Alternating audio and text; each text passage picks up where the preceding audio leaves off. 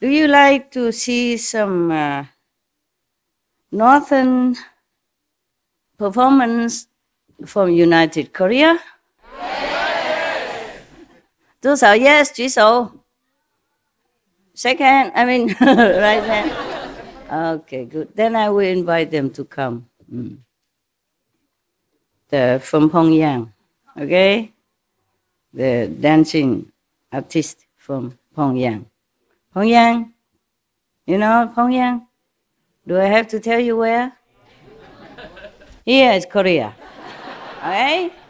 Seoul, Taiwan, Korea, Taiwan, Southern China Sea, Taiwan, Korea, Seoul, Pyongyang.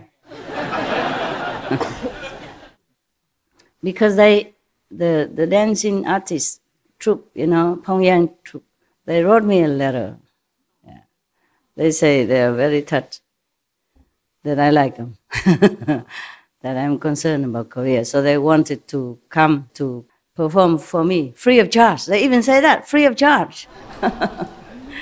Yeah, normally very expensive to invite them, you know. They say free of charge. Oh, I never had anybody offer free of charge before. It's me always offer free of charge. So I was thinking maybe they should come on the Korean Peace Day, huh? Yeah. You don't have time to come anyway, so we, Taiwanese, we enjoy. 3 more weeks. 3 more weeks. Whoever can stay, you're welcome, okay, huh? They'll be very happy to come. Free of charge. Imagine that. Very famous troupe from Pyongyang. Want to offer me free of charge. The whole troupe, you know, the whole group. A lot of people. Yeah. Very kind people, eh? Then we will see them, if you stay. If not, we only the Taiwanese enjoy everything all ourselves. Today, there was a joke on SMTV, no? The mother come in and say, you have to go to school now. He said, I don't want to go to school. Why do I have to go to school? He said, because you are a teacher. I felt the same sometimes. Why do I have to come here? Yeah. Thank you. Yeah. Yeah.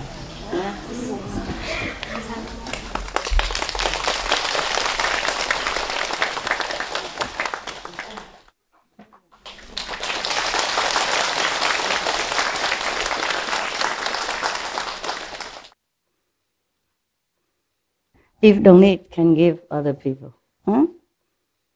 If don't need, can give to other nuns and monks who need. Many monks and nuns need, but we cannot take care of everyone. I cannot. Sometimes I don't know them, sometimes I do. Oh, Mao 也来了啊，那个先生毛先生也来了，大家好吗？好久不见了啊。Okay, very good. By the way, is all the food okay? Yes. Really? Yes. Wow. Good? Not politely, tell me. Delicious? Okay. Brown rice? Oh, just brown rice?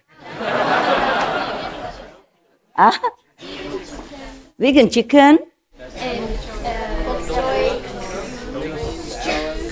Stew? Salad? Fruit? Guava fruit?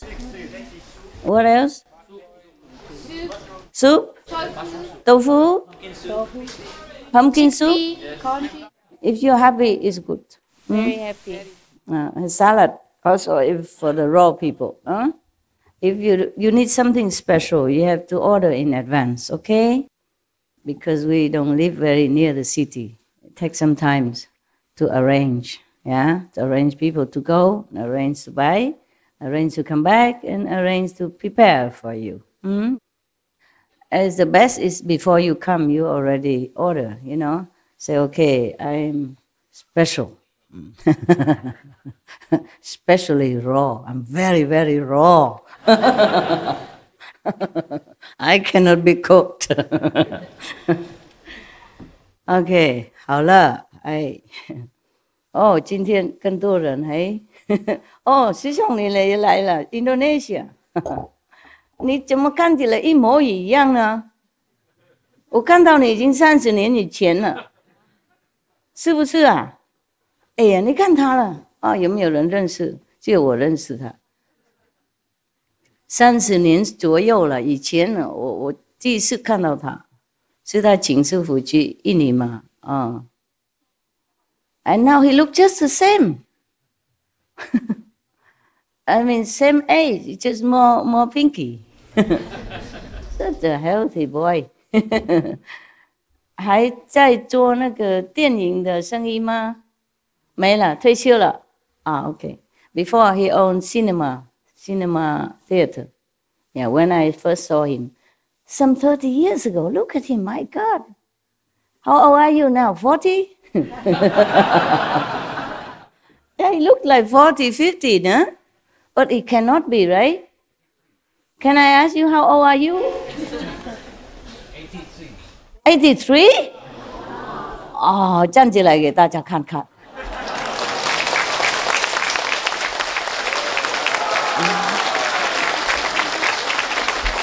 Incredible.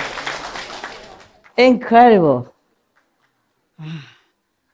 不敢相信啊，30不 no 不是38 83了，不是38 83了，还是这么好，还住一样的地方哈。哎呀，我会想念你们那些煮那个菜呀，我来那边的时候，哇，菜最好吃。我现在想起来还喜欢的。哎，他们不晓得他们家人煮的好好吃，也不是什么很豪华的什么，就是那个口味刚好。很高兴看到你了，好久不见了。还有你们毛跟那个周生意都好吗？还可以哈，还不退休？还没小孩都长大了就可以退了吧？Never mind， 那些是旧朋友了 ，OK， old friends， yeah, long time ago. This couple from Singapore and he from Indonesia. Yeah, give a good impression of their country. Lovely, lovely people. Okay, now we go to India. You like? Yeah, let's take a flight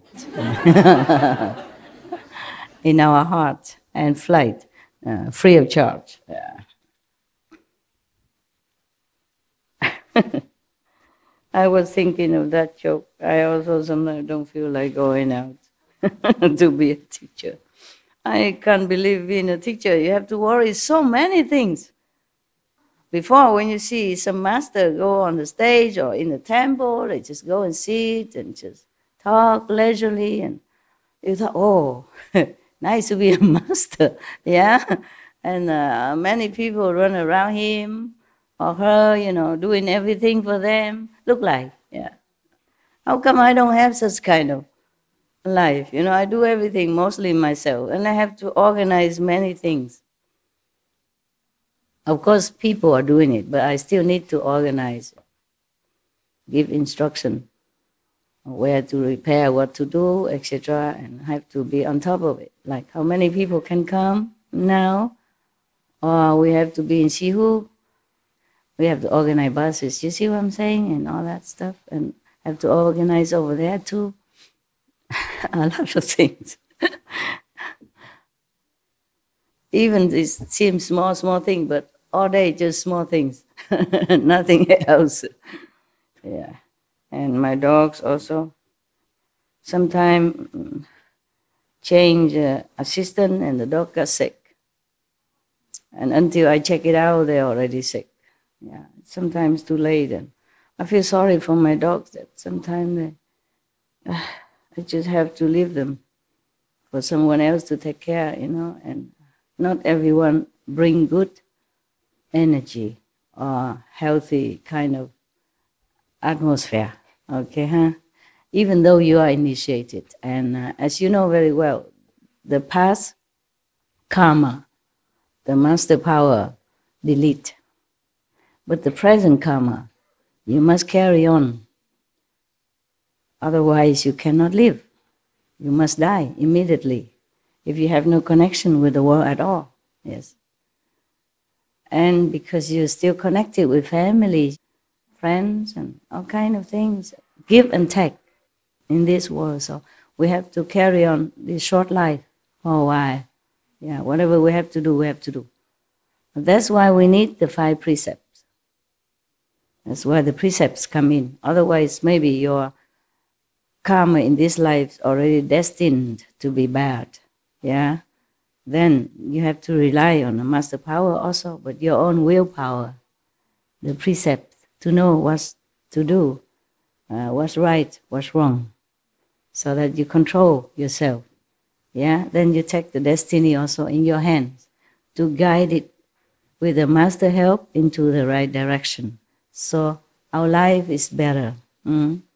Even though we cannot help the whole thing, but at least action don't do any harm, at least.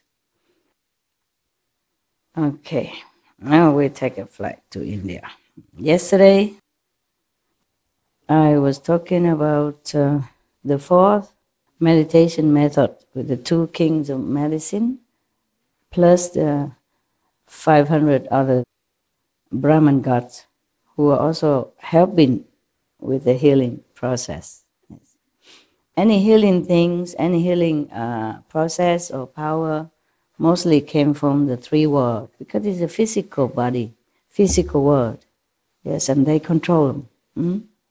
That's why you see that yesterday is included 500 Brahma gods in there. Probably the 500 Brahma gods were also physically present, because they probably incarnated into the world to help people, to help healing. And these 2 kings of medicine, they have been doing it life after life. Therefore, they have such a powerful healing technique or help to their patients. That's why you can see some doctors are good. Yeah, they have green hands. Some people, some doctors still graduate, same, maybe even excellence, great. But they don't have so much healing ability. I mean, a natural ability. Yes. Most doctors, they should not think of themselves as God, but the world revere them as God. Yes. The doctors should always pray before they heal. Yes. In India, there are such like that. I was invited into some doctors' houses. I told you already.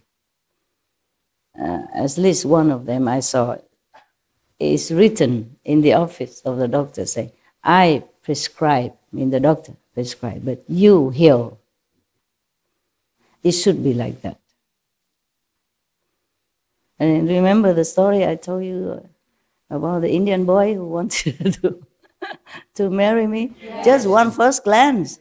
Jeez, that was fast. I thought the Western style of life is faster, but the Indian, they are faster. Yeah. He was very good looking, yeah, young. I was much older than him, he didn't know. Yeah.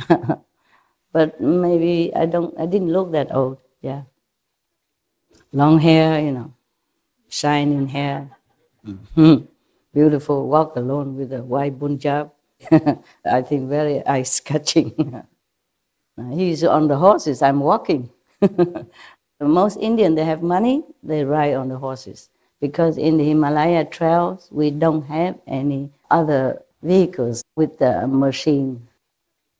Not even motorcycle. In some area, very short distance, maybe, but otherwise it's just climbing and a rocky mountain and small path. Therefore, they hide the horses And then if the horses cannot go because some are too rough, for the horse even to climb, then they hire these laborers. Yeah, these are rich people. They do that. But I was no rich. I walk all the time, and I walk alone. Yeah, so it probably was ice catching. So he's young, you know what I'm saying? Yeah, and then still invite me to the mother, no? Normally, mother is very jealous with any of the girl that the boy wanted to marry. Even marry, not just say, okay, let's get to know each other. No, it's serious. I was blushing. I didn't know what to do. Didn't know what to say. So I say, I'm still married. I was, not divorced yet. But still want to invite me to the house. She's a doctor, no? The mother is a doctor. She is the one who invited me to the house.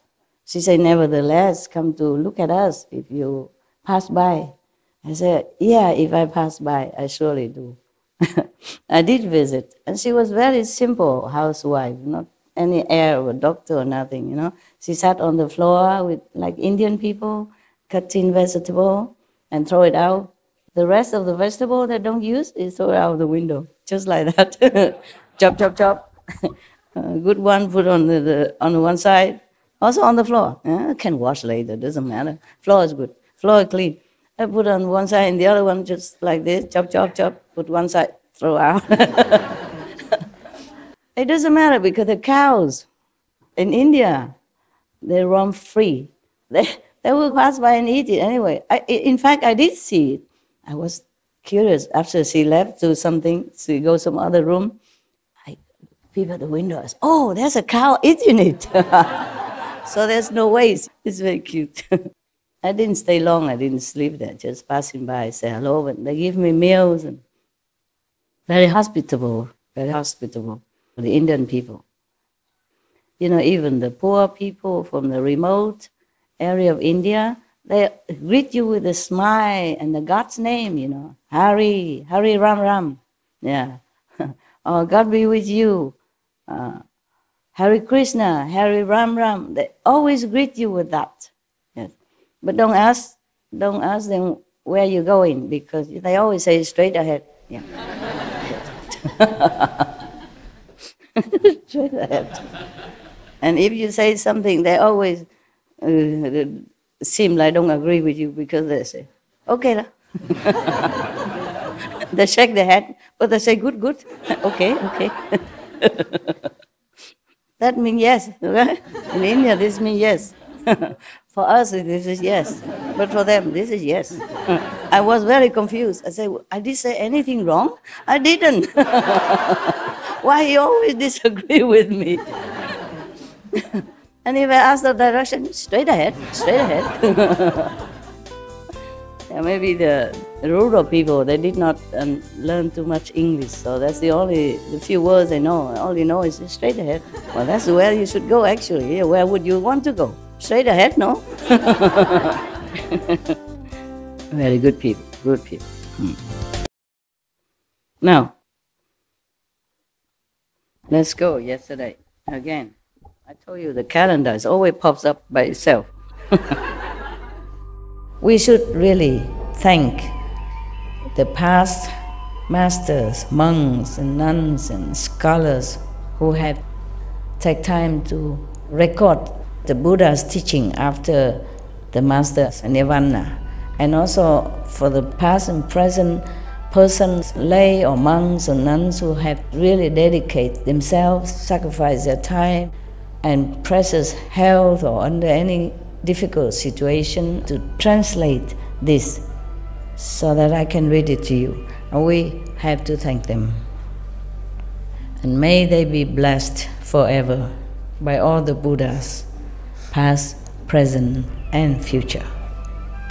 May their merit be immense. May they be liberated forever. Thank you.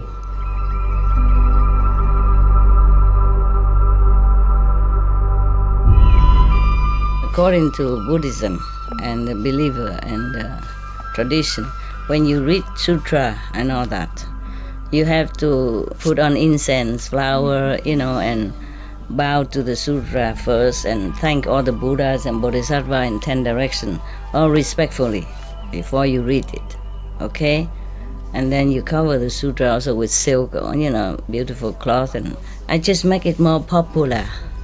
Yeah, more easy, simple. And I apologize to all the Buddha. I say if I done something wrong, according to the tradition, my heart is full of respect. It's just that I cannot always do that. So please, all the sin, whatever I've done wrong, is all on me. At least other people, they hear the names of the Buddha, according to the Sutra, they will get benefit. Yes. So yesterday we said that the physician king and superior physician say that the Buddha asked them about, asked the assembly about perfect penetration. For them, as we have been certified, the cause of flavors is the superior means. But as I have told you already, they were attending to the Buddha personally. Therefore the Buddha was blessing them immensely, being so near. Maybe they have to touch the Buddha pose, or listen to the chest. In the old time, they don't have this stethoscope. They just put their ears right on your chest and listen. How more near? How nearer can it be? Okay? Therefore, they probably soon out physically. And their astral body just flew up to heaven. Therefore, the flavors at that time they tasted is not the same as the normal flavors that they taste with the ordinary medicine for other patients. Yeah. But then because of that, they thought, oh, it is the flavors that give me awakening. And the Buddha even certified to it. So for us, the flavor is very, very important for enlightenment. He even says superior. So they become enlightened by means of flavors. That's what they said. But don't try, don't go pharmacy and taste everything. Huh? Will you get enlightened then? The pharmacist will call police. There's a lunatic people coming to my drugstore and making trouble here. And then you say, no, I'm just tasting. I want to be enlightened. Now, there is another one coming up now. His name is Bhadrapala. And another 16 awakened lords who were his companions arose from their seats and bowed at the Buddha's feet. He said to the Buddha, we first heard the Dharma and left the home life under King of Awesome Sound Buddha. Once, when it was time for the Sangha to bathe, I followed the custom and entered the bathhouse. Suddenly, I awakened to the fact that water does not wash away the dust, nor does it cleanse the body. At that point, between the two, I became peaceful, and I attained the state of there being nothing at all. Perhaps emptiness, they call it. To this day, I have never forgotten that past experience. Having left home with the Buddha, I have gone beyond learning. That Buddha named me Bhadrapala. Wonderful touch was revealed, and I accomplished the position of the Buddha's disciple. The Buddha means Shakyamuni Buddha now. The World Honor One asked about perfect penetration. As I have been certified to it, touch is the superior means. So that's his meditation method, touch. I don't know what touched him, didn't say here. Probably from the water, or when they were bathing together. In the bathing, and they have to cleanse themselves. And then suddenly he realized through the touch that it's not the water that cleans, but of course he has transcended the normal state of awareness then, yeah. Otherwise, if you touch yourself all day long, you feel nothing, no? Do you feel anything when you touch yourself? Or even your brother next to you touch you? Try, touch anything. Won't feel anything. Yes. Therefore, actually, if you want to read the sutras of the Buddhas or the scriptures of any religious order, you must be enlightened first. Yes, you must have more or less similar experience, yeah, of transcendental awareness. Otherwise, people, what? Just a smell of herbs and he became enlightened? Then I go smell the herbs all day long. Then I get enlightened quicker. He only take care of the Buddha once and the herbs at that time only, or one time, and he get enlightenment. And this one is a touch. Did you see that anybody touch him here? He went to the bathhouse also. Suddenly I awakened to the fact that water does not wash away the dust, nor does it cleanse the body. Okay, between the two, he entered the state of not because of the water or not because of the touch, and then he realized that if he's in a bathhouse, I'm sure he was scrubbing himself, trying to cleanse himself. And that's how he became enlightened. So he thought it was the touch of the body, of the sensation that he awakened. It's not. It's just like everything else before us. So now we know. So that's another one, number 5, huh? We still have 15 or something to go. Now, this another Buddha great disciple, Mahakassapa. He will be one of Buddha's successor later on. Huh? And you should know that. Even though it doesn't mention here, okay? But I read elsewhere. It's different. So Mahakassapa is one of Buddha great disciple. And then another nun called Purple Golden Light Bhikkhuni. I explained to you yesterday already. Bhikkhuni means nun, but fully precepted nun. Bhikkhu is fully precepted, 250 precepts. Yes. If a novice, then we don't call them Bhikkhuni. Yeah, we call them maybe Samini, Sami or Samini. Yeah. Sami means a young boy, a new novice to come to become prepared to be a monk. It takes some time. And then Samini is a woman, lady nun, yeah, but not yet fully ordained. Yeah.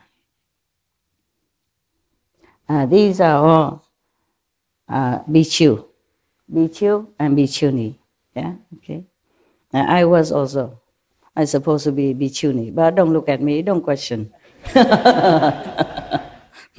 I'm not that kind of Bhikkhuni. Sorry. Sorry to disappoint you. Maybe inside, the heart. But people don't look at inside, they mostly look at outside. They say, what? What? You say you are a nun? Oh, forget it. If you are a nun, then I'm a monk. Anybody would say that. Okay, never mind. It's just the way it arranged with the Maya, so that some people have to be screened out to begin with. Okay? I'm not allowed to just take in anybody the way I want. So the clothes is some kind of a screening filter. It's just like you have a screen door, screen window, filter out the small mosquitoes. This kind of screening, the screen door. Might as well, yeah. Because even some people already came and still cannot distinguish. Not to talk about people who did not even want to come because of the screen. Mosquitoes don't come because of the screen anyway. So, Mahakassapa and Purple Golden Light Bhikkhuni and others, maybe some more, probably practicing the same method. Therefore, they all came together to tell the Buddha what they did or what they do. So they all arose from their seats, bow at the Buddha's feet, and said to the Buddha, "In the past Kalpa, in this region, I drew near to the Buddha named Sun Moon Lamp, who was then in the world. I heard Dhamma from him and cultivated and studied with him. After that Buddha's extinction, I made offerings to his sarira and lit lamps to continue his light." Do you know what sarira is? No? Okay, I tell you. When some saintly people die, or in case this Buddha, any Buddha die, they will burn his body as a custom in India. And then whatever left over, solid substance, they will put it in a stupa. They build like a small temple and put the sarira in there. Yeah. Sarira means the leftover from the Buddha's cremation. Or saintly people mostly call it sarira. Okay, most of the Buddha's sarira has become very beautiful. It's not like ordinary people after burned, not much left, or just ash, or just some little crumbs of bones. Buddha's body condensed into some kind of jewel, 7 color of jewel. You know, it's like, imagine it's, okay, do you know moonstone? Yes. Yeah. You know crystal? Yes. It is so clear between the moonstone and the crystal. Some clearer, some not. And it's about this big. Bigger than my thumb. 2 thumbs together. About this big. Okay? And round. And very beautiful color. People would put it in this kind of small stupa, they call it. Yeah. It's like a mini shrine. And mostly it's like triangle, yeah, and decorated, carved, scrubbed beautifully outside. And inside they put the sarira. It's a relic. A relic, yes, a relic, that's correct. Yes. You Indian? Nepal, similar. That's why they know a lot about it. All right then. So these 2 groups, the Bhadrapala group and other 16 retinue people, and also this group of Mahakassapa and Purple Golden Light Bhikshuni and others, they are retinues. They normally have their group, you know, like he's a group leader.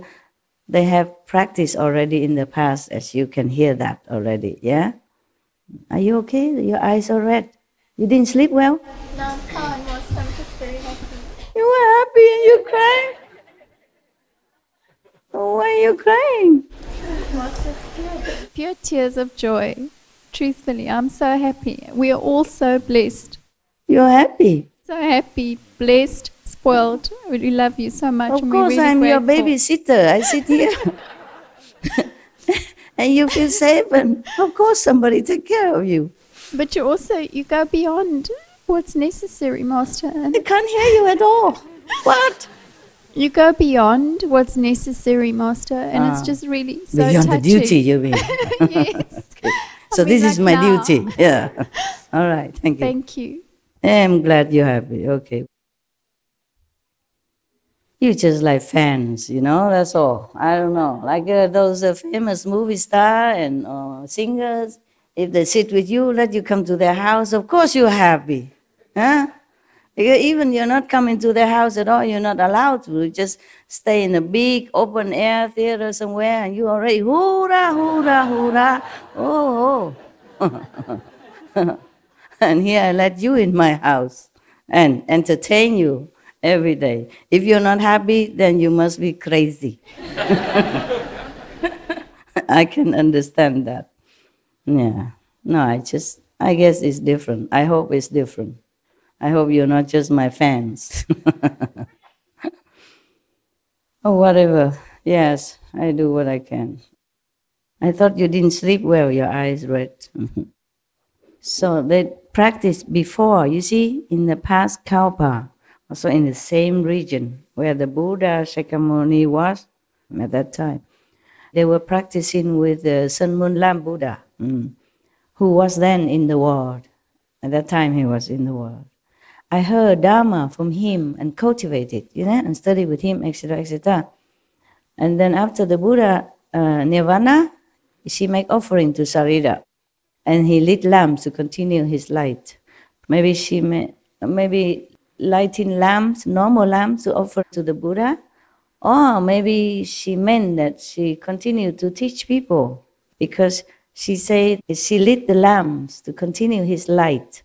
So I guess that she was kind of continue his teaching lineage. Yeah. Otherwise, the normal light cannot be Buddha's light, nah? That's what I guess. Okay.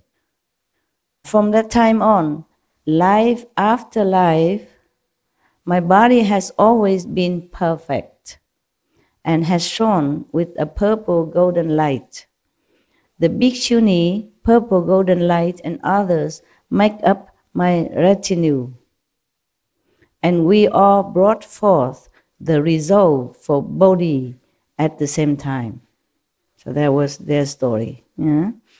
She continued, I contemplated the world's 6 sense objects, change and decay. They are but empty stillness. Based on this, I cultivated extinction. Now my body and mind can pass through hundreds of thousands of kalpas as though they were a finger snap. Wow. Meaning time has no control power over this bhikshuni and her retinue. So that was the talk from Mahakassapa, introducing also purple golden light bhikshuni at the same time, also telling the Buddha what practice he has been doing. That was in the past kalpas. And imagine, they remember everything from the past kalpas. You remember anything from yesterday? What did you eat yesterday? Not even that, yeah. Well, congratulations. Your memory is extraordinary. Extraordinarily low. So that's what they do, you see? So based on the emptiness of mental constructs, I accomplished a hardship. The World Honor One says, in the Shakyamuni Buddha, because they stop from one Buddha to another, so I have to tell you which Buddha that they were saying.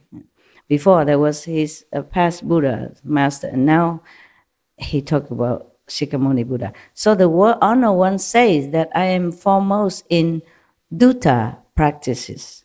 Wonderful Dharma brought me awakening and understanding, and I extinguished all outflows. The Buddha asked about perfect penetration, as I have been certified to it. Mental constructs are the superior means. What is mental constructs? Anybody can explain to me? Philosophy. He's been telling you all this, and now you don't even know what mental constructs are. What then? No? Don't know? Oh, okay. You pretend again. Make trouble for me. Then I don't have to explain. Just no mental constructs. That's what it is. Actually, because they have nothing to do with us anymore. No?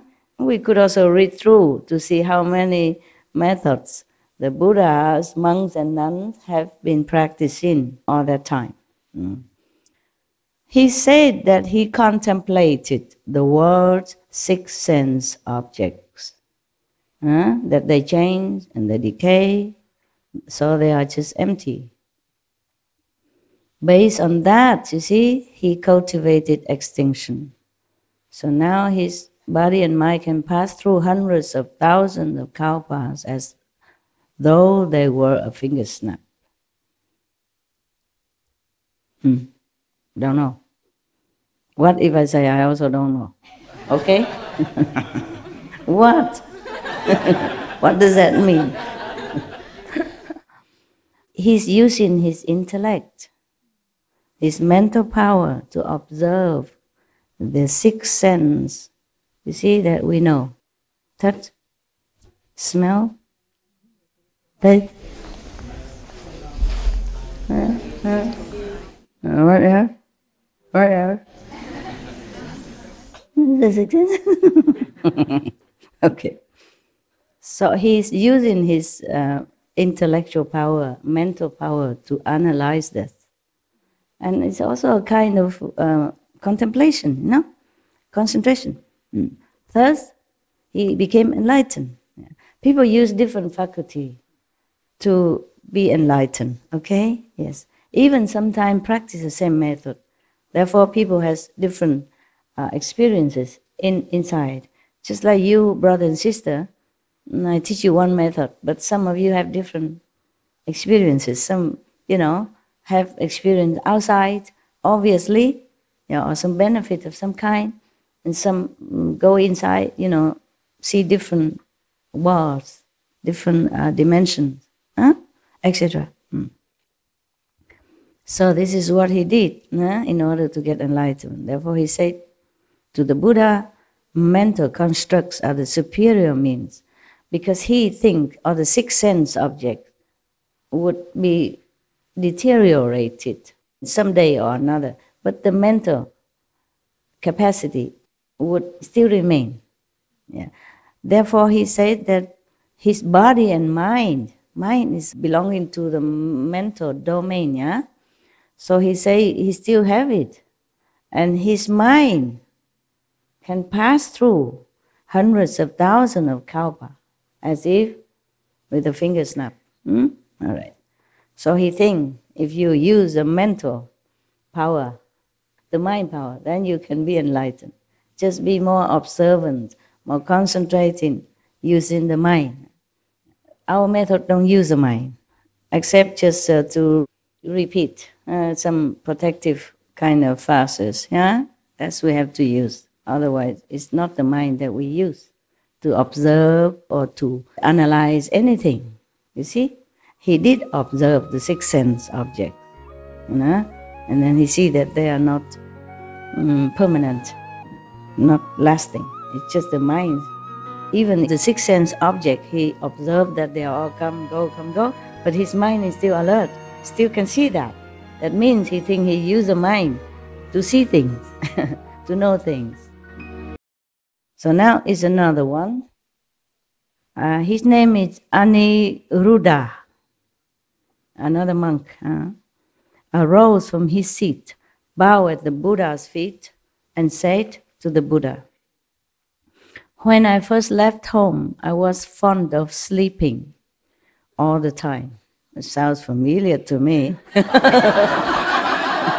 He doesn't know I have more than just one. Join the club, brother. Yeah, if he's born at this time, he'd be happy, that he's not a lonely sleeper. Nah? He can just sit here and feel in his element, Poor thing. He's born too early, no.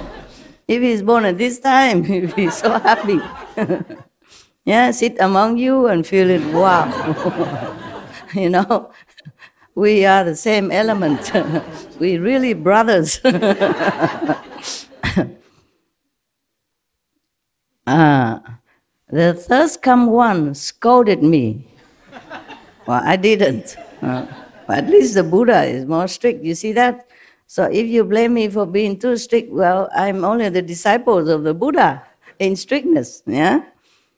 The thirst come one scolded me and said, "I was no better than an animal." Oh God, the Buddha is really, really stern, And I thought the Buddha never scold anybody.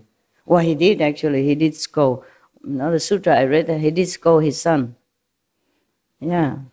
His son was as children, he was so young, little boy.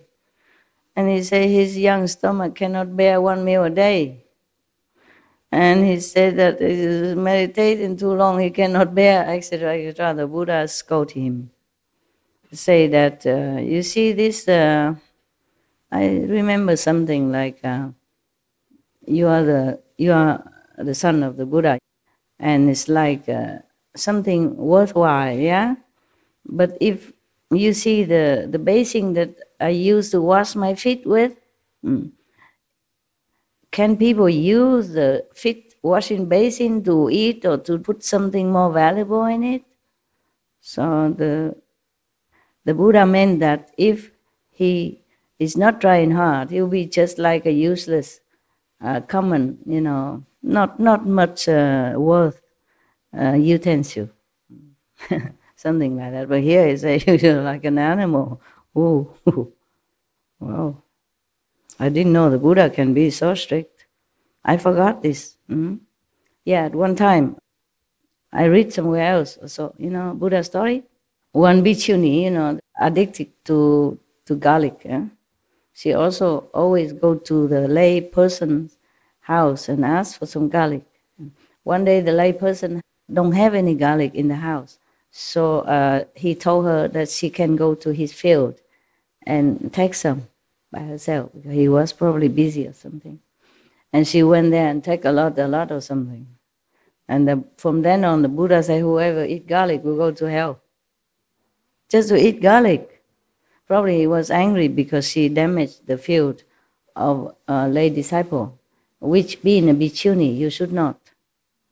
Yeah, and you should not be so addicted to something that you have to be so dependent and became so less dignified. Buddha probably was angry and saying, don't eat garlic, but she still sneakily going and doing that and damaging people's property. I would also be very angry. Yeah, because that is not a representative of enlightenment. Yeah? All right. So, go back to this monk, Aniruddha. When I heard the Buddha scolding, I wept and upbraided myself. For 7 days, I did not sleep, and I lost the sight in both my eyes. He tried too hard to open his eyes. Probably maybe put a toothpick or something, keep it open or in front of the light so that he don't sleep. Yeah. This go to extreme, typical disciple. Right? When I say I want a banana, they bring me every day a lot. Even the whole village cannot finish it. Yeah. And one time they bring me these Vietnamese, they call it chả or something like that. These Vietnamese ham, the whitish color, outside green, they wrap with banana, yeah, and it's round like a ham, like this. Well, this round, or this tall, and they cut into small pieces. And one day they give it to me, some slice. Oh, good love loves that. Yes, I give it all to him. I'm not really very fond of anything, not much. Nowadays, not much. So good love ate them all. Yum. Next day, I gave double portion. Yesterday, same stuff. And good love is not there anymore. So I returned the same portion, the same amount.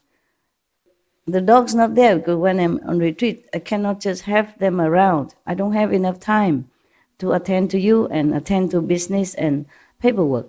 So no good love around. So return the same. I never told them. Sometimes the good love likes something, a lot. And if it's gone, then next day I get a lot. And the next day is next day, Even good love fed up. So the Buddha blamed him for sleeping too much. But he didn't say not to sleep, meaning doing things in an appropriate way, nah? Yeah, middle way, no? Then he just took it too seriously. 7 days don't sleep until his eyes are blind. Terrible. Many things like that happen here also. Repentance, good, yeah? Being aware of your own shortcomings, good. But no need to punish yourself when there's not necessary. Huh? Just tell me what the problem is, okay? So now he said that he did not sleep for 7 days and lost the sight in both of his eyes. The World Honor One taught me the Vajra Samadhi of the delightful seeing, which illumines and is bright.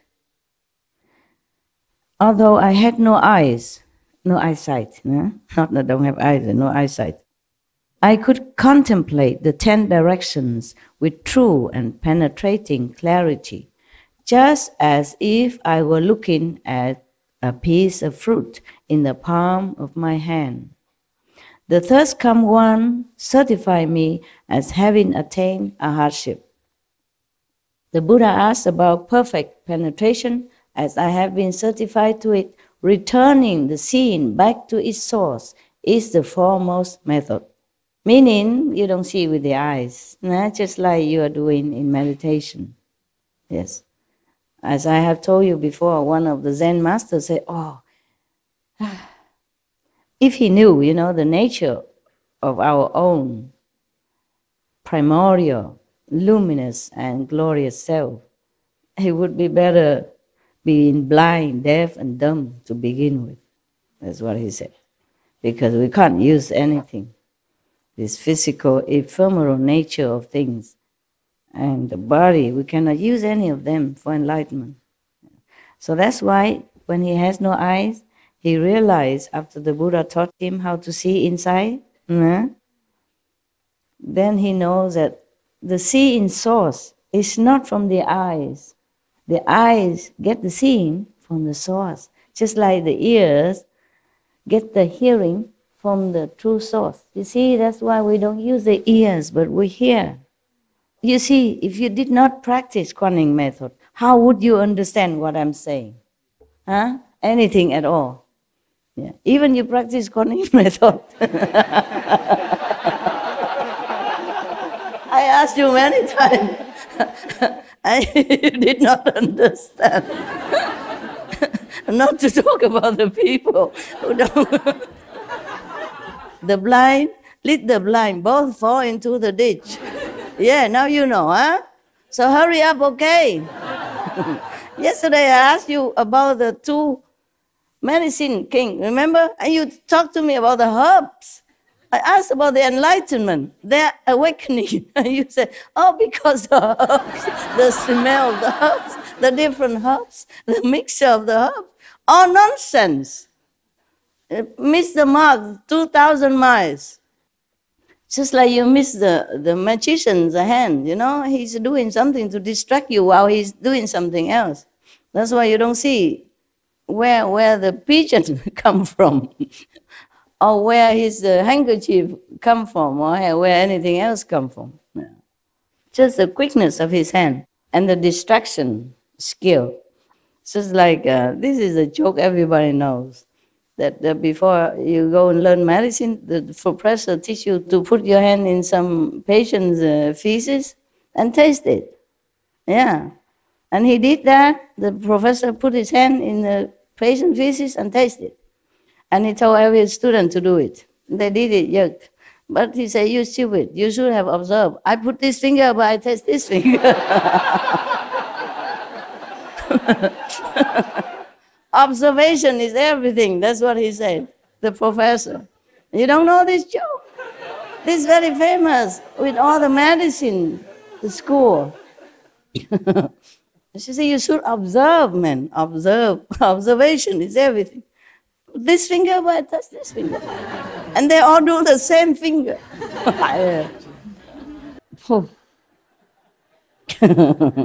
You can laugh at people's expenses, but how about you guys? Yeah, we can get easily distracted by some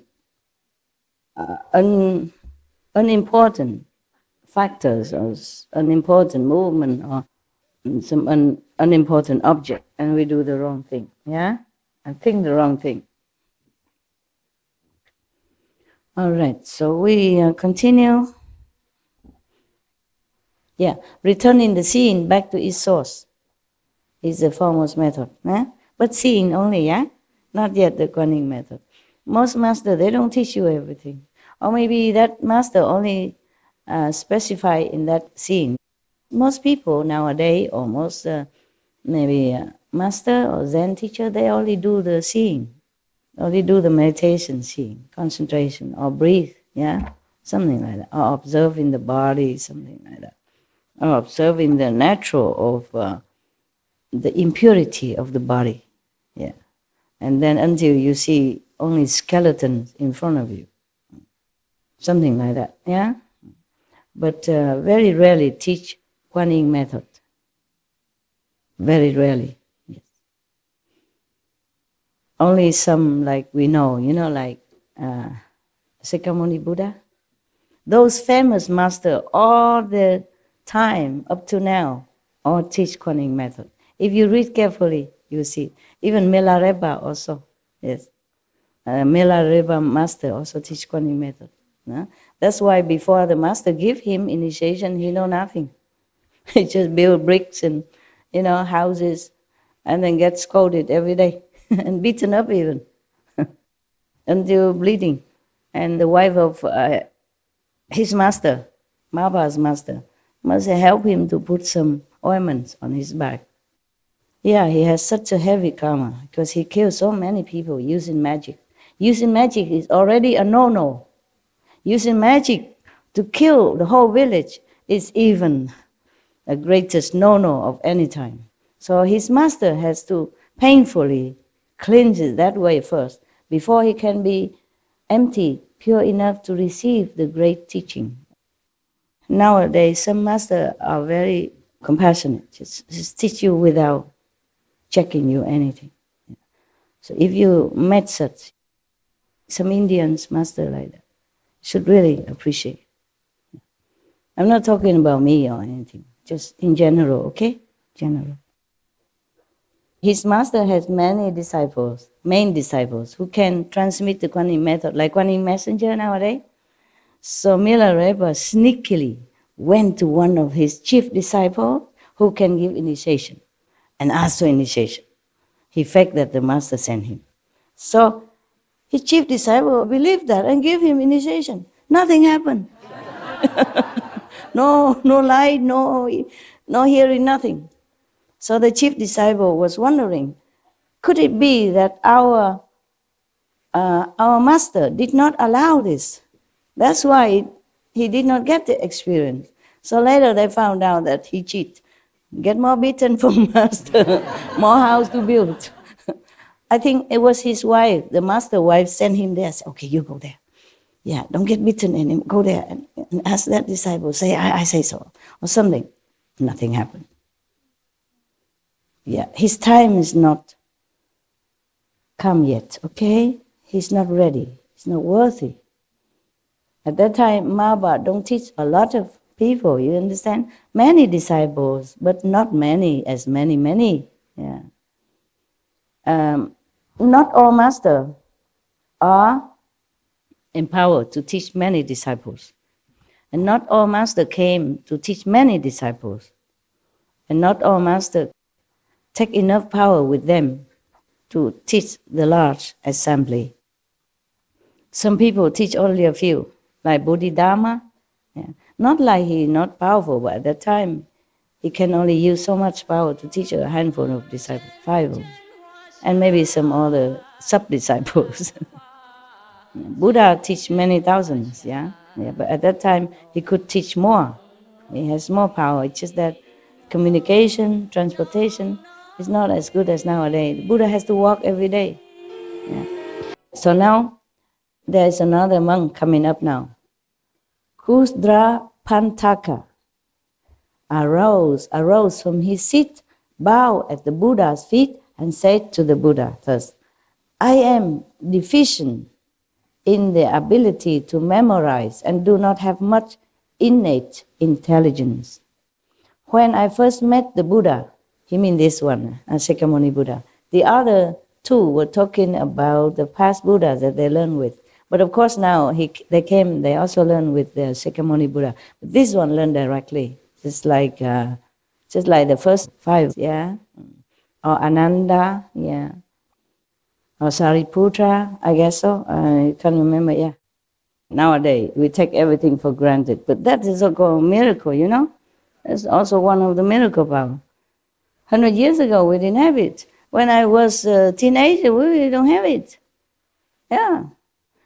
And then slowly we had black and white TV. And we have those big box that you can communicate as a telephone, but short distance. Not to America from Taiwan, no. Nowadays, we say, oh, my phone. How come it's not working enough? You know, I have to buy a new one, you know, new new product, yeah? Or new iPad or iBox or whatever that is. Oh, man. You know, not enough that there's an number 6, you know, iPhone number 6. Have to buy number 7. Yeah, new coming. Yeah, stay in all day, all morning, all night in front of the eye office in order to get some eye, new eye, the first eye, you know, and then boast about it. Oh, I got the first 10, top 10, whatever, yeah? Remember, you know, right? Yeah, telling you. This is not good enough. Must be more. More eye. Yeah, my God. We should be thankful every day, you know, really. Because I am so thankful that when I took a hot shower this morning and I was having a warm shower, you know, I said, wow, how wonderful. How wonderful that I even have hot water, running hot water. You know, in Himalaya you don't have. You bathe in the Ganges River no matter what the season, yeah? Some ice cubes still floating on the water, and then you have to bath in that. But be happy that you live near the Ganges River already. I was always happy and always grateful. Because some monks and some practitioners, they live far away from the Ganges River. To go down the cliff, you know, and have to carry water up to their cave, which is on top of the mountain. Oh, it's many steps, or don't even have steps. You have to find your way, and it's not that easy, you know. The path is full of loose stones and rocks. You could, you know, lose your life anytime. And I stay in Rishikesh at that time, which is very near the Ganges River. Just take a short walk, you know, maybe 3 minutes, 5 minutes, you know, on the flat land. Not too flat, but, you know, not like very slippery or very slanted. No, very easy to walk, like you walk in the garden here. And go to the river and take a bath, wash your clothes and hang on the rock. And then it dry in no time. India, very hot. It dry in half an hour. Or maybe half dry, and then you can wear already. And then when you walk back to your mud house, mud room, it dry completely. No need spinning machine, nada. I love that kind of life so much. I wish I could go back there. Just rent a mud house. It costs like a gift, you know. Costs a few rupees. It's not even $1. Because over there they don't try to make profit. They make everything cheap for the pilgrim, yeah? They're so spiritual. Even the business people, they're so spiritual. They make it so that they don't lose money only, yeah, and gain very little bit to continue and to repair the house. They don't think of business. Everything there is very comfortable. If I go there now, with not much money at all, I don't even have here, but I could live forever there, truly. The Indian people are wonderful. Nepal also similar region people, they're wonderful, yeah. And come to talk about it, why don't I just go there? Why dream about it? Why don't go back there? Yeah, there are some mud house you can rent, you know. If not, I just live outside. And now I even know how to take care of myself. I can even afford a tent. I can afford the bus and the horse so that I don't even need to carry. When I was alone, I can't afford it. I have to sell in or get rid of things because I'm alone and I can't afford to carry a lot. If I go to India and I have an ashram, you can also come, you know? I don't know. See where life takes me, because I really love that type of life. And I can meditate as much as I want. Evening I climb to the roof, it's flat, mud roof, flat. There's no ladder. I was so good. Now I cannot do that. At that time I just climb up like nothing. There's some little hole in the mud house, you know, and you just use your toe to grip on it and it will come up. Nowadays, if you pay me, I won't dare, you know. Truly, at that time I was kind of invincible. I do anything, go anywhere, drink dirty Ganges water from the downstream on the lowest area where the lepers living up there, on top, higher up. Nothing happened to me. Has a big fever, going to Bodh Gaya in summer, you know, when the heat hit you, like you could not even walk. You walk like this. Like you're climbing the big hill, and it's only flat road, but it's so hot. Even Indian people don't dare go out. I was so naive. I walk in the noontime because I'm eager to go to see Bodh Gaya, you know, where the Buddha sit under the tree, the Bodhi tree, to become enlightened. I was eager. I did not know time or no sun, nothing. And I walk, and it seemed like you carry a mountain and walk up another mountain, and the big typhoon were blowing you down. That heavy. Oh, I just walked like crawling, like, you know, like this, truly like this. You know, oh, very, very effortful. And then I got a sunstroke, got sick. After I seen the Bodhi tree, fine, I go back. But somehow there is a little temple. And they give me congee, you know, rice congee and vinca tofu. And I recover. And then I go to see another garden where the Buddha preached. I got another stroke again. I get a stroke. And then somehow, before I collapsed, I landed right in front of a temple again, Buddhist temple. And one of the Lama there, he's a Lama, but he is purely vegetarian. And he cooked me vegetarian food and take care of me until I recover. You know, he put me in a bed and cover me with, it like something with a net, but the structure, you know, cover me like this. He touched my forehead and said, oh, big fever. Yeah, big fever. He talked some Chinese. Big fever. He didn't say high fever. Big fever. Oh. And then he cooked for me vegetarian. I said, is all this vegetarian? He said, yes, I'm vegetarian myself. And later, when I was first in Taiwan, I sent him some vegetarian food from Taiwan because he didn't have much there, you know, but such a big heart, yeah. In front of us, I don't know what is a deer park garden or something, I forgot. Or Varanasi, something, yeah, I forgot. There was a temple. I just landed up in some temple like that. When I really needed, I had no more strength left. Just collapsed, you know, in front. So they took me in and take care. And just simple congee, you know, like rice soup like you eat in the morning, and tofu, bean curd, that's it, and I recover. I say, how did you know how to cook rice soup? He said, my master taught me, you know, if somebody's sick, you don't give rice, you give rice soup. Yeah, his master is a Taiwanese, a monk, Taiwanese monk, and he's vegetarian, of course. Yeah, yeah, it's so many. It's miracle all the time, yeah? There's no problem, no big deal. I was so eager, anything for enlightenment, so I just go here and there, do anything without considering me as a very fragile young woman. Yeah. But God takes care of everything. Like a book we said, no? God takes care of everything. He did truly take care of me. So this is Kusdra Pantaka talking, yeah? When he first met the Buddha, he said, I heard the Dhamma and left the home life. But when I tried to remember one line of a verse by the thirst come one, I went through 100 days, remembering the first part and forgetting the last, or remembering the last and forgetting the first. He has no memory faculty, not very sharp. He tried very hard to remember what the Buddha said. Yes, in those days, and nowadays also, in many parts of the world, people don't have other facility, or they just do like tradition, memorizing the whole Bible or the whole Quran, memorize the Buddhist scripture. I also did memorize some.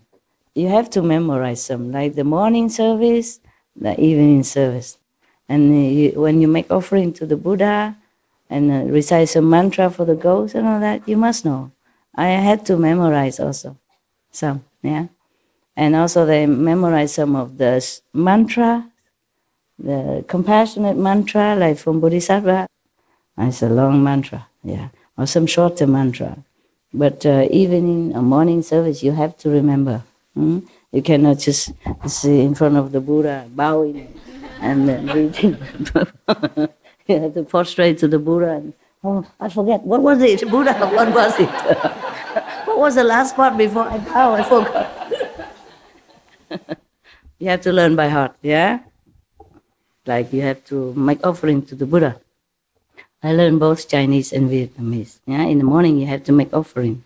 Yeah, like Gong Yang Jing Jing Fa Sheng No Che No Fo. You make offering to different Buddhas, and then you make a mantra for the ghost, something like that. It's like chanting. It's very nice, very beautiful. You have to learn the whole process. Yeah, you cannot take a book. Oh, where was I before? Over here, I can ask you, where was I? What did I say? But in front of the Buddha assembly, how many monks, many nuns, and you have to read fast, like everybody else. You can just, wait a minute, I forgot. Wait, all of you, wait a minute. So then, this monk, he has no memory kind of talent, yeah? So then he tried to remember the first, then he forget the last. Remember the last, he forgot the first. Yeah. So the Buddha feels sorry for him. He said here.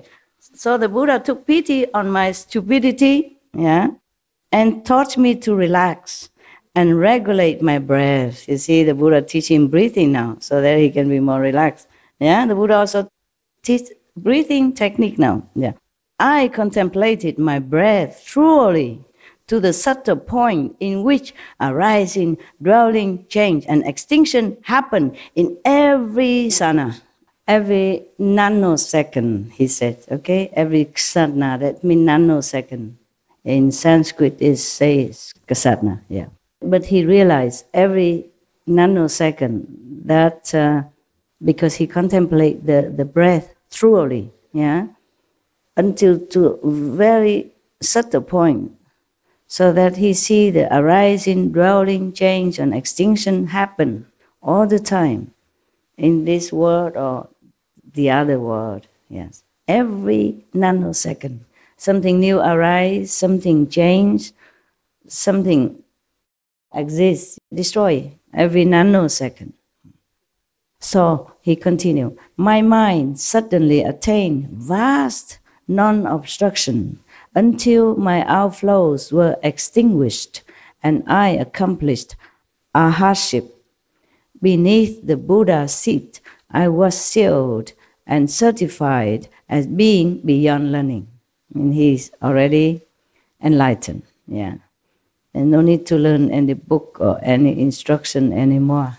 Just continue to meditate, to continue further, yeah. So, and the Buddha asks us about perfect penetration, as I have been certified to it. Turning the breath back to emptiness is the foremost method for him, yeah. The Buddha say 84,000 methods, yes? So the Buddha taught him this breathing method. But it's not a normal like breathing that you get enlightenment. It's not. You have to turn it back to the emptiness. There were no more breath at all exist before the breath even come. That's the original emptiness. That's how he get enlightened. So, you think you want to learn this? Breathing? No. Some people still do. They have pranayama and they have breathing technique, yeah. And all kind of things, yeah, yes. There are different teachers teach you different things. In India, there are many methods, okay?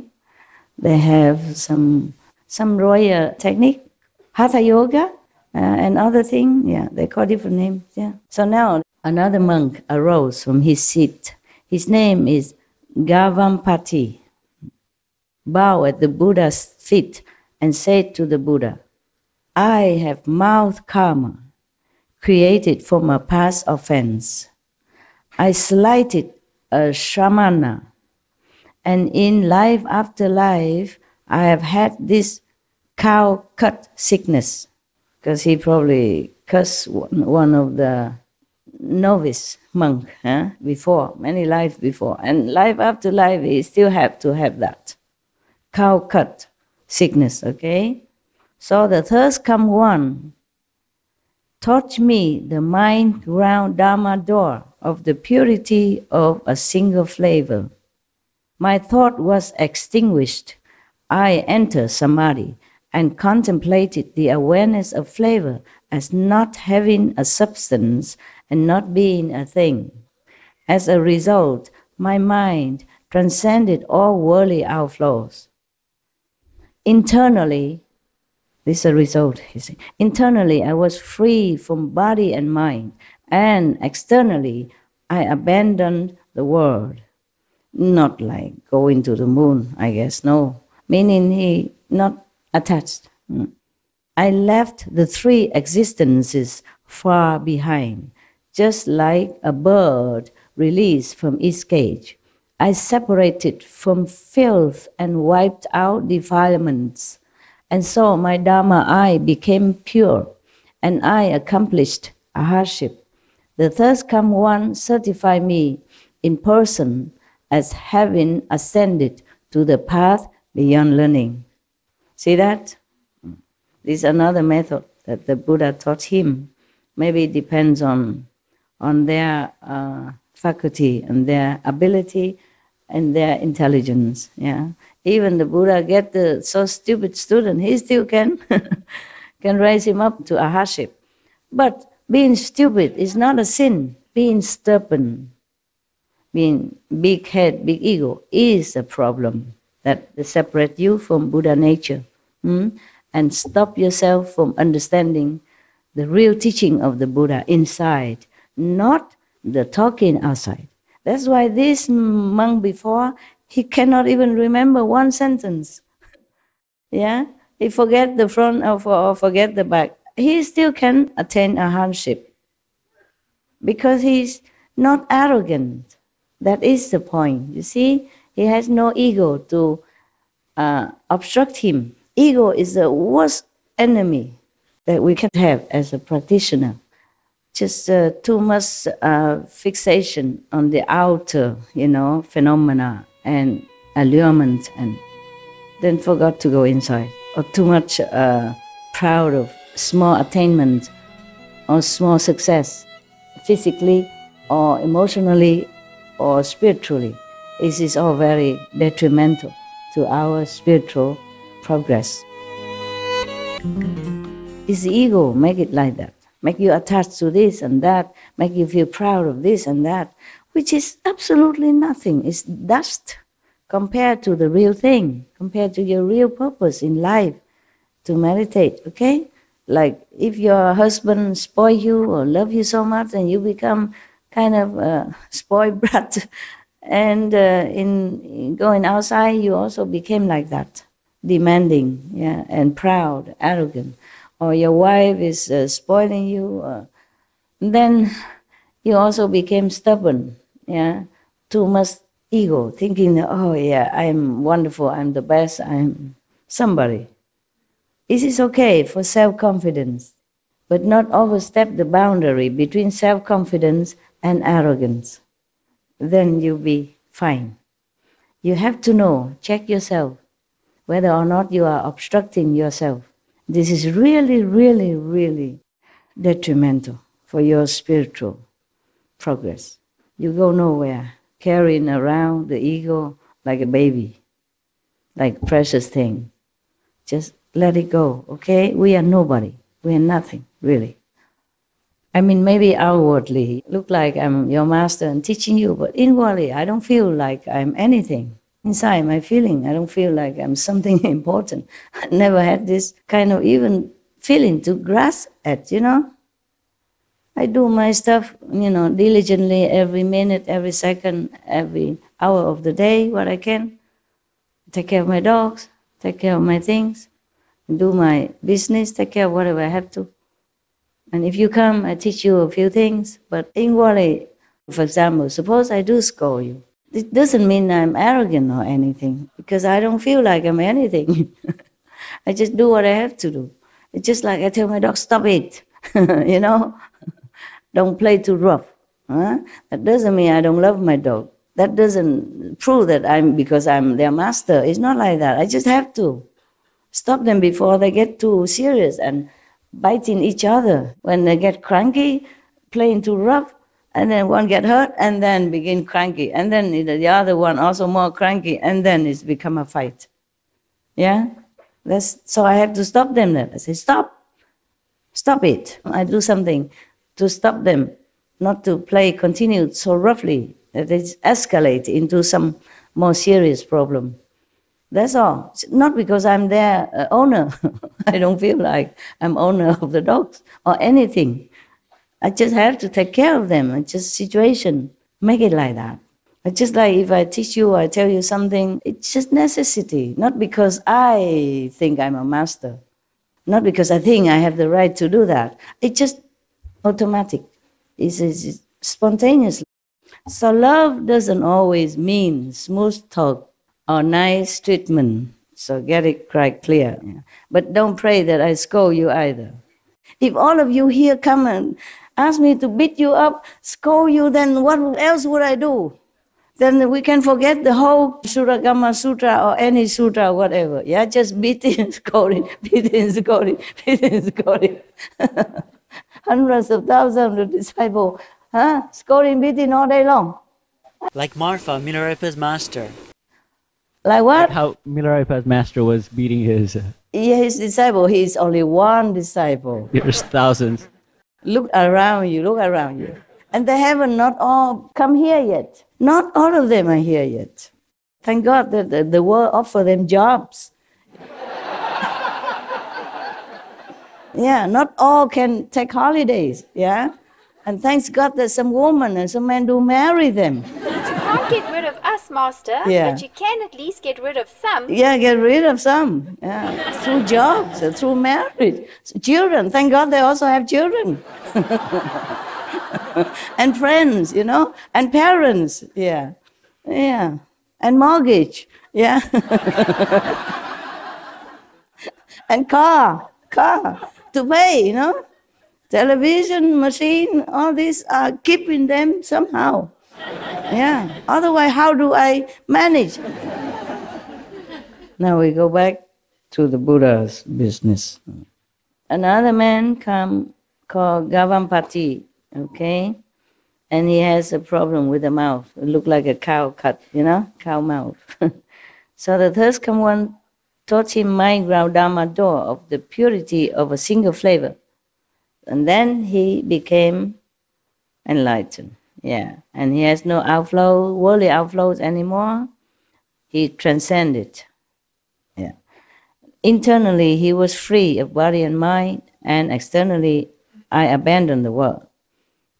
I left the three existences far behind, just like a bird released from its cage. You know what the three existences? Any of the nun, monk, tell me? Thưa sư phụ, ý nói là vượt khỏi tam giới. Yeah, good.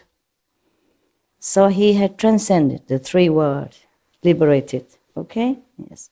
The three worlds is always destructible, perishable. Above the three worlds is a more permanent, okay? Not destroyable. From the fourth level already, yeah. So he feels like he's away from everything that is worldly, filthy, and not pure. Yes. And he became a heart. The third come one certified me in person as having ascended to the path beyond learning. The Buddha asked about perfect penetration, as I have been certified to it. Returning flavor and turning awareness around is the superior method. What returning the flavor? And turning awareness around. Turning awareness around. The same like what you do every day. Instead of looking outward, you turn your attention inward. Yeah, and look inside instead. So whatever flavor it is, you return it to the original of all flavors. The reason the flower, the roses had the smell as it is, because it originates from somewhere else. The reason you can smell the roses, because your smelling faculty originate from somewhere else. So return into the source in one saying, very simple. Just turn inward. Yeah, whatever. If you have either flavor or fragrance, doesn't matter. If once you turn your attention inward, then you're in samadhi. You're free. Flavor or not, smelling fragrance or not. That's what it is. The secret is turning inside to the real world, not the physical illusion world here that we have. Similar, then they all turn inward by one method or another. It's just that you wait and see why we have to practice Kuan Yin method, okay? The punchline is still coming, yeah? Wait at the end. Now, there's another monk coming now. A monk named Pilidavasa arose from his seat, bowed at the Buddha's feet, and said to the Buddha, "When I first left home to follow the Buddha and enter the way, I often heard the thirst come one explain that there is nothing in this world that brings happiness." Is that true or not? Even if it brings a little temporary happiness, we pay a lot suffering afterward. Nah? Like romance, for example, beginning, how nice and hot and whatever, and then after a while, it's bitter taste and suffering, crying a lot, blah, blah. It's very difficult. Once you enter this kind of very narrow love relationship, and you just be kind of locked up in there. And you become jealous of anybody.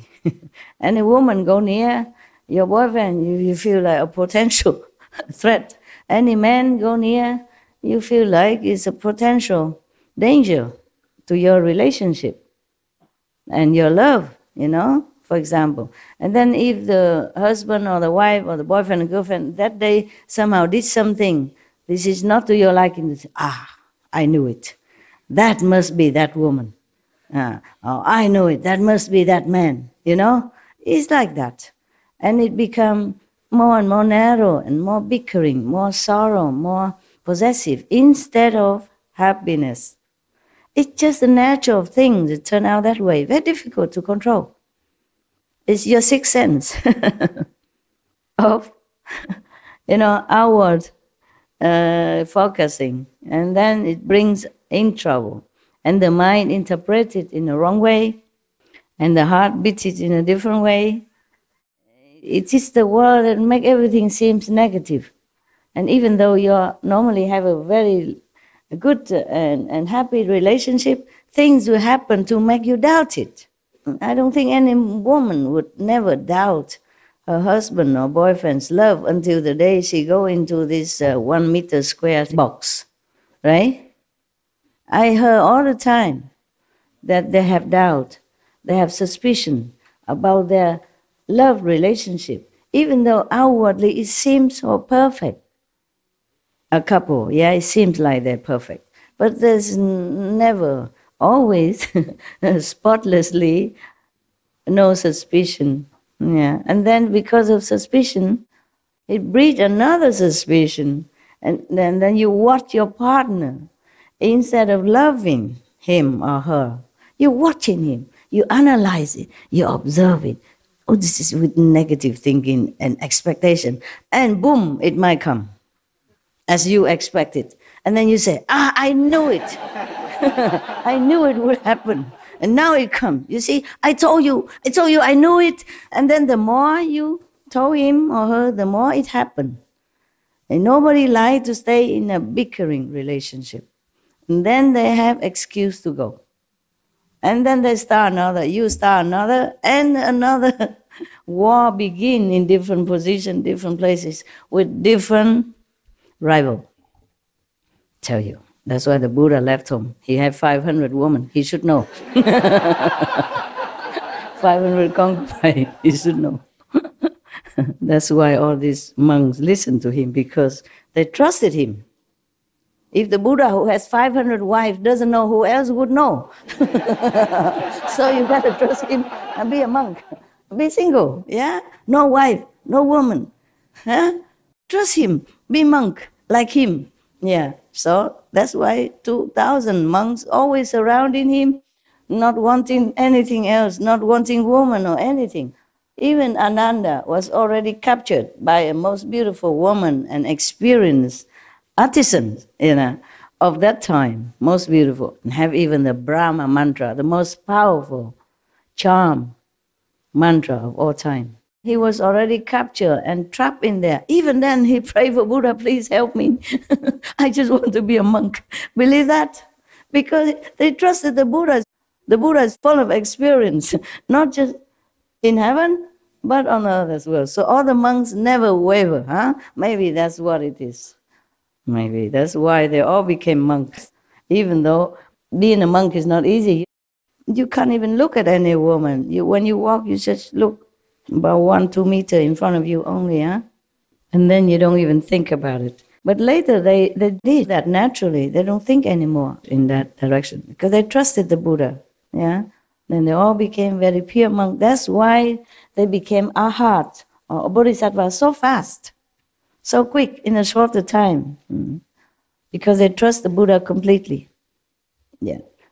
Maybe I should have 500 husbands before I became a master. Then all of you probably became monk or nun already. Then I don't have to take care too much. All of you, I just give you each one bowl as a souvenir. Then you go outside. Take care of yourself. And maybe bring some back to me. And now I have to take care. Tell the kitchen do what? Build a kitchen for you. Build a place for you to eat and worry about the rain that might fall into your cup and become a soup instead. Even staying in the cave far away from you, have to worry about your food, whether or not they cook good. Because you're all different nationalities.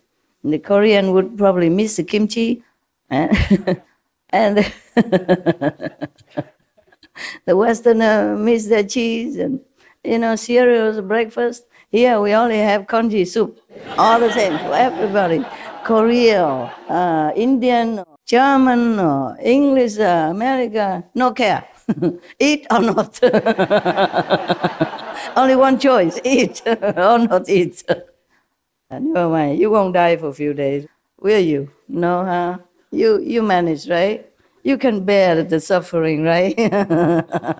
I feel sorry for you. Wow, what a suffer you have to go through. Eating congee instead of cereals breakfast. Nah? But you seem so happy, so it must be suiting everybody, just like we all practice one method. We all eat the same food. Don't worry, I eat the same with you, okay? I eat the same thing. Nothing extra, okay? I made them give me the same food so that I know whether or not they cook at least decent, okay? Swallowable. It's delicious. Oh, you are just too hungry, that's why. At home, you have a chance to go to your own kitchen. Nah? It's all right. You eat when you feel like. There are always some leftover in the kitchen. It depends on the cook. Miracles always happen. Because some chef come and he cook the congee a little dense. And some other come, it's like watery. I experience the ebb and flow of my life in the kitchen style, all the time. Some cook very generously, a lot, and good flavor. Some are just simple, very sparingly, yeah, as if want to save money. Yeah, one day I had to kind of admonish them. I said, the workers, they stay here, or they came here to work, to repair all the area construction. They work from morning till night, and very hard, and also the weather is cold. And they are Chinese or Vietnamese, mostly Asian. And the way you cook congee like this, they don't have enough physical, stamina, strength to continue in the cold and rain. You stay in the kitchen. You can eat any time you want or anything. If you don't like it, you can always cook something for yourself. And you stay in a warm place inside the building. They have to work outside. You have to cook the congee better than this, thicker, okay? because the Chinese or Vietnamese, they like congee, you know, the rice soup. You have to make it more substantial. That's the only time I demand the difference.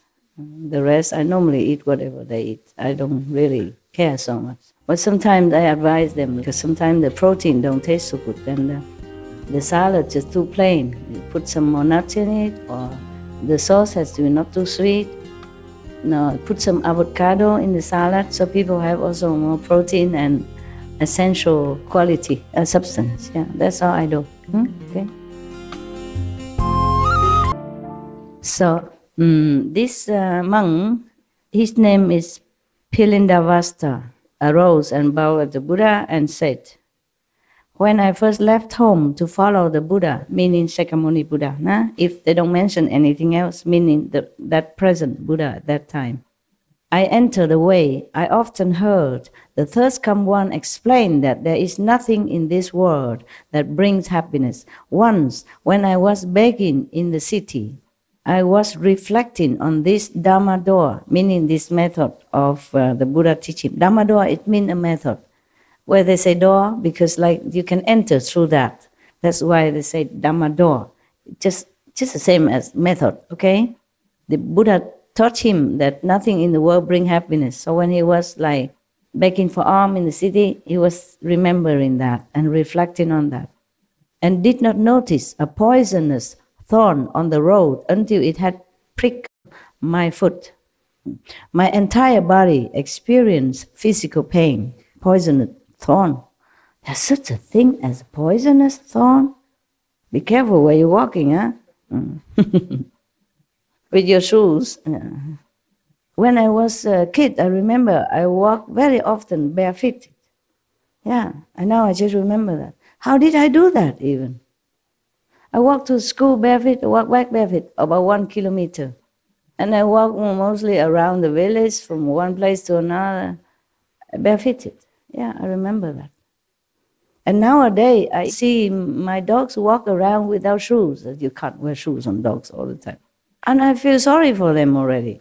And then I saw TV, animals, they walk in the forest without shoes. Of course, they don't have shoes. And I said, how do they do that? Won't they hurt themselves? You know, by some thorn or something. Won't they feel hurt on the rough surface? I even feel like that. But now I remember. Now I talk to you because of the thorn, I remember. Yeah, sometimes some thorn also prick my feet. Huh? And kids, you're invincible. You just look at it, you try to pick it out if you can. If not, you ask some of your buddy, try to use. On the road, in the tropical, you always have some thorn, like a cactus thorn, or some bushes will have thorn. When they dry, or something break it, it's on the road, and it prick you, it pin inside. If it's not broken, you can just pull it out, If it's broken inside, it's a problem. But don't worry, I always have solution. There's the thorn that is dropped from the tree, that tree have other thorns. So I pluck one and use that to dig a hole in where the thorn is and pick it out. Yeah. If I cannot do it because of the special area, I cannot, then I ask my friend. We are very expert because we all walk barefoot and we all have thorn. Now and then prick our feet. No? We are kids. Kids are the most wonderful time. We are invincible. Yeah? We fear nothing. We know nothing. And we stop at nothing. Yeah. I climb trees, float on the ocean. Yeah, I did. On the back. Just lay on the water. Floating. Yeah, and just enjoy the sun until my face burned. Could not even touch it. Until all the body, becomes so black and burned and red, and you come home, you cannot even touch the sheet. Nothing can come on your body. And I don't remember putting any oil, nothing. We were kids. We were just invincible. It will just heal itself. And we do it again. Not like have bad experience and stop. Because Vietnam have sea everywhere.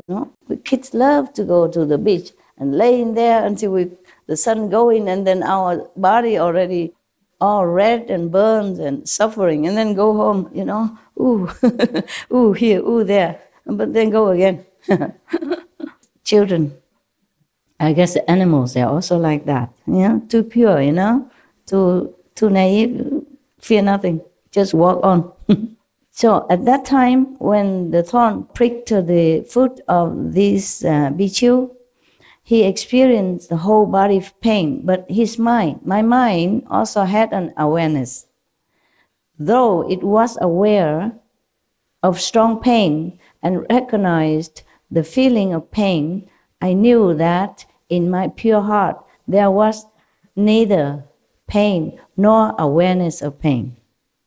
There are two states of mind that exist at that moment of pain caused by the poison. One is the knowing of the pain, feeling of the pain. On the other hand, he knows that there is not true pain, no pain. Because normally when you have pain, you would just focus on the pain and you say, yeah, and then you cannot bear it and you try to, do this and that to take care of your pain or to try to ease your pain, but you don't have another awareness that nothing happened, that your real self has no experience of pain or damage or any trouble of any kind. So because he was in samadhi, he was already thinking of the method that the Buddha taught him. Therefore, he was already in samadhi while he was still walking. It's just like I told you yesterday, I'm doing some job walking, but I don't see things. I don't see the way it is. I see in the purity of my mind. Heaven told me that because you are so pure. That's why you see that so far the way you think it should be. And that because your soul is up, you don't see the whole world, but see a part of it only. That's what heaven explained to me. Because when I came back to the physical, the mind don't capiche anymore. So I have to ask heaven, okay, what happened? So the bhikkhu continue. Pilindavasa continue. I also thought, is it possible for one body to have two awarenesses? He was asking himself. Having reflected on this for a while, my body and mind were suddenly empty. Not like empty, but he's in samadhi. He don't feel the body anymore. Just like some of you sometimes, or even you leave the body and look down and see, oh, who's that? You sitting there, whoa. So old and crumpled. When you outside of your body, you are younger, vigorous, and happy and beautiful. And when you're a little bit older, you go out of your body, you look down upon yourself sitting there and say, who is that? Whoa. After 21 days, my outflows disappeared. I accomplished a hardship and received certification in person and a confirmation that I had realized the level beyond learning. And the Buddha certified him. So the Buddha asked us about perfect penetration. As I have been certified to that, purifying the awareness and forgetting the body is a superior method. Through that, he attained a hardship. Okay, purifying the awareness and forgetting the body. Can you do that? No. Maybe he don't feel this every day. But he attained to the ultimate of this goal, and then he can return to it on any time he wants. It's not like every day he go find a thorn, prick his body, fit himself just to see if the pain cause him this awareness again. It's just like some of the monks before, they have the awareness of secretive and pervasive at the same time. This monk also experienced a pain, but no pain at the same time. Well, this you must have. Even I have. Sometimes I have trouble or sorrow, but on one hand I know there is nothing can affect me. Very clear. As clear as the nose that I see on the chocolate face. Like that, your chocolate brother. It's very clear like that. On one hand, you are feeling sorry with the situation or with someone or with the world. But on the other hand, very clear that nothing happens really. Understand what I'm saying? Yes. All right, I hope. But you do experience that. You do know that. It's just you forget or you didn't pay attention. Pay attention to your progress, okay? So that you know that you progress. And that encourages you to continue. That knowing that you go the right path. That's all. Not because we try to collect experience like medals or like trophies. Okay, we should know where we are and where we're going. The calendar. Super. Iron woman, right?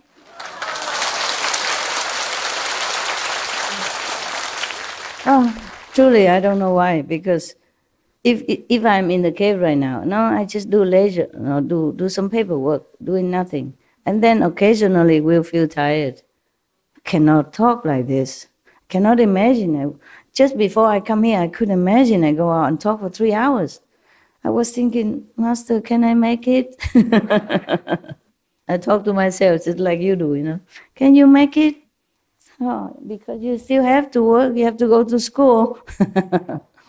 And then it's just going, huh? And I don't have anything special, more than you had. I just have one bowl of this, the rice soup. And what else did I have? Yeah, it was this bean curd tofu. This you cannot eat a lot, you know, it's very salty. Because I don't have appetite. Only that thing can make me be able to swallow the soup. I know if I'm out here, I don't know how many hours until I come back, yeah? So that was the breakfast, no? And then a little bit curry, and that you have, that's it. Nothing else. And a little bite of this guava. A bite about this big. You know why? Because I had to bite it first, and then I give it to the ghosts. Otherwise, I cannot eat it. That's all. You know, I eat something so that I can take some out for the ghosts outside. Hungry ghosts, yeah. Otherwise, I was also very lazy to eat. Didn't want to eat. I didn't want to do anything. And I thought I could not make it today. They're coming out and talk. But then I did. Hours long, non-stop. Can't believe that. The next one. The next one name is Subhuti. Subhuti arose from his seat, bowed at the Buddha's feet, and said to the Buddha, "From distant kalpas until now, my mind has been unobstructed. I remember as many of my past lives as there are sands in the Ganges River." Can you tell me how much that is? Countless. Cannot, yeah. Ganges River sand, who can even count it, yeah? So he has even been in different lives, so kalpas, as many as Ganges River. Imagine how many lifetimes you have passed through and doing the same thing. He has also doing the same thing, like other monks and nuns before saying, we have been practicing this and that since kalpas. So, from the beginning, not that they have to reincarnate. They reincarnate on earth or physical universe for some different reason. They want to help sentient beings, yeah? That's why. And kalpas after kalpas, like the Ganges River sand, doing all this tirelessly. Imagine how compassionate these saints people are, the Buddhas are. And we just do a little bit physical work. I'm tired. Can't. Don't want. I'm so tired. Don't want. Don't want to do it. I need to sleep. Wait until you pass your life, then you can sleep all the time. It's coming soon, don't worry about it. You know, sooner than we think. I just blink my eyes more or less and I'm already 30 years more than when I first begin. It seems like only a number, but you know, it's etched in your body and make a real difference, yeah? So now this Bodhisattva Subhuti, feeling like from the beginning in my mother's womb, he even know that. You can see it past like that. I knew emptiness and tranquility already when he was a fetus, to the extent that the 10 directions became empty and I caused living beings to be certified to the nature of emptiness. Wow, powerful. Yeah, in the womb already can certify people aware of the illusion of existence, yeah, emptiness. having received the Third Come One's revelation that the enlightened nature is true emptiness, that the nature of emptiness is perfect and bright, I attain a hardship and suddenly enter into the Third Come One sea of magnificent, bright emptiness. With knowledge and views identical with the Buddha, I was certified as being beyond learning. In the liberation of the nature of emptiness, I am unsurpassed. The Buddha asked about perfect penetration. As I have been certified to it, all appearances enter into nothingness. Nothingness and what becomes nothingness both disappear. Turning phenomena back to the void is the foremost method. What mean the void and what mean emptiness? They're the same, okay? They are the same. Void or emptiness the same. But not emptiness as the emptiness like you all leave this room and the room become just void of anything. It's not like that. Because he said here that the enlightened nature is true emptiness. That the nature of emptiness is perfect and bright. This is when you contact with the light, when you see the true nature of enlightenment, that's the light, which you see sometimes, thanks to the diligence practice. So, turning phenomena back to the void is the foremost method, because he could penetrate all phenomena that turn back to nothingness. And then even the turning back phenomena and the emptiness itself will both disappear. And nothingness will disappear. In the beginning, it's nothing. And then from nothing spring phenomena and material, physical existence. And even then, he can turn it all back into beginning of nothingness. But then, even the appearance that enter into nothingness and the nothingness itself will disappear also. Then he became truly enlightened. So he said that turning phenomena back to the void is the foremost method for him. Yeah. Contemplating on the emptiness of all things. And then even forsake the emptiness. That's his method. Well, maybe we talk again later, huh?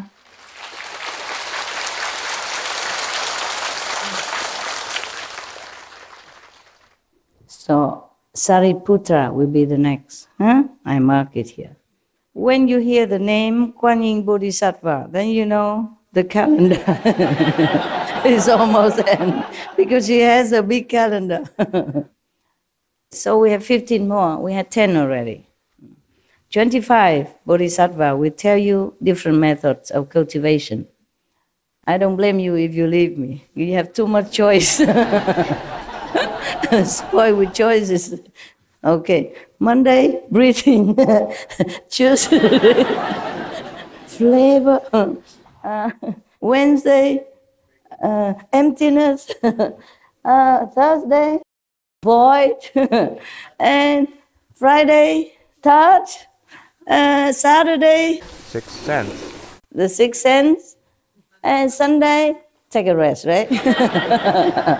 Even God have a holiday on. Take a rest on Sunday. Okay. Lucky God, yeah? I don't have a break on Sunday. We should really thank the past masters, monks and nuns and scholars who have taken time to record the Buddha's teaching after the master's nirvana. And also for the past and present persons, lay or monks or nuns who have really dedicated themselves, sacrificed their time and precious health or under any difficult situation to translate this so that I can read it to you. And we have to thank them. And may they be blessed forever by all the Buddhas, past, present, and future. May their merit be immense. May they be liberated forever. Thank you. Thank you for being good.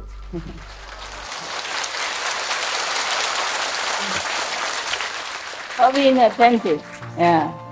Apparently, at least. Yeah. So lucky to be that one. Okay, bye-bye.